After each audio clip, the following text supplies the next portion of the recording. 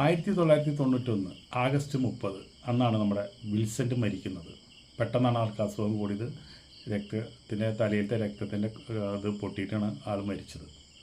ഒരു പഴയ കാലത്തെ സുന്ദരൻ എന്ന് പറഞ്ഞു കഴിഞ്ഞാൽ ഒരു ചെറി കണ്ടു കഴിഞ്ഞാൽ മതി വിൽസെൻ്റിൻ്റെ. അത്ര സുന്ദരനാണ്. ശരീരം മുഴുവൻ കരടിയുടെ പോലെ ഒരു രോമമാണ്, 2 നുളക്കുഴിയുണ്ട്. ശരിക്കും പറഞ്ഞാൽ വിൽസെൻ്റിനെ ഭയങ്കര ആരാധനയായിരുന്നു കേരളത്തിലുള്ള സ്ത്രീകൾക്ക്. എന്തിന് കൂടെ അഭിനയിക്കുന്ന നടികൾക്ക് പോലും നമ്മുടെ വിൽസെൻ്റിനെ കണ്ടു കഴിഞ്ഞാൽ പ്രേമിക്കാൻ തോന്നും. അത്ര സുന്ദരനാണ്. ആ ചെറി കാണാൻ തന്നെ എന്ത് ഭംഗിയാണെന്നാണ് നമ്മുടെ മരിച്ചുപോയ ശ്രീദേവി വരെ പറഞ്ഞിട്ടുണ്ട്. ആ നുണക്കുഴിയിൽ പെട്ടിട്ടാണ് നമ്മുടെ ശ്രീദേവി പോലും വിൽസെൻ്റിനെ സ്നേഹിച്ചത്. വിൽസെൻ്റിൻ്റെ കഷ്ടകാലം തുടങ്ങണത് എന്താണെന്ന് വെച്ചിട്ടുണ്ടെങ്കിൽ, വിൽസെൻ്റ് ശരിക്കും പറഞ്ഞു കഴിഞ്ഞാൽ ഒരു സിനിമാ നടനായി വരുന്നത് യാദൃശ്ചികമാണ്. ഒരു ജോലി ഉണ്ടായിരുന്നു, ആ ജോലി പോയി. അത് കഴിഞ്ഞ് എറണാകുളത്ത് വന്നു. എറണാകുളത്ത് വന്നിട്ട് കുറച്ച് നാടകവും കാര്യങ്ങളൊക്കെ ആയിട്ട് ഒരു ചെറിയ ജോലിയായി നടക്കുന്ന സമയത്താണ് അദ്ദേഹം സിനിമയിൽ വരുന്നത്.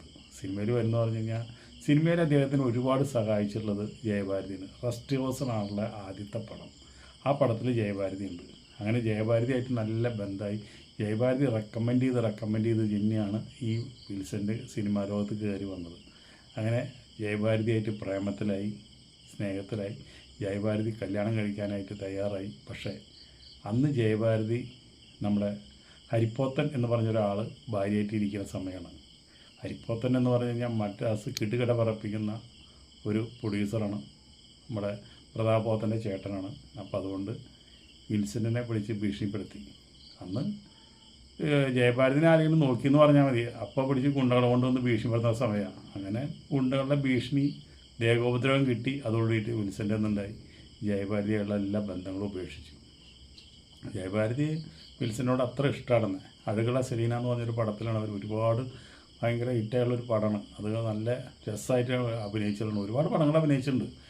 അങ്ങനെ ഇരിക്കുന്ന സമയത്താണ് പിന്നെ ശ്രീദേവിയായിട്ട് പ്രേമത്തിലാവണത്.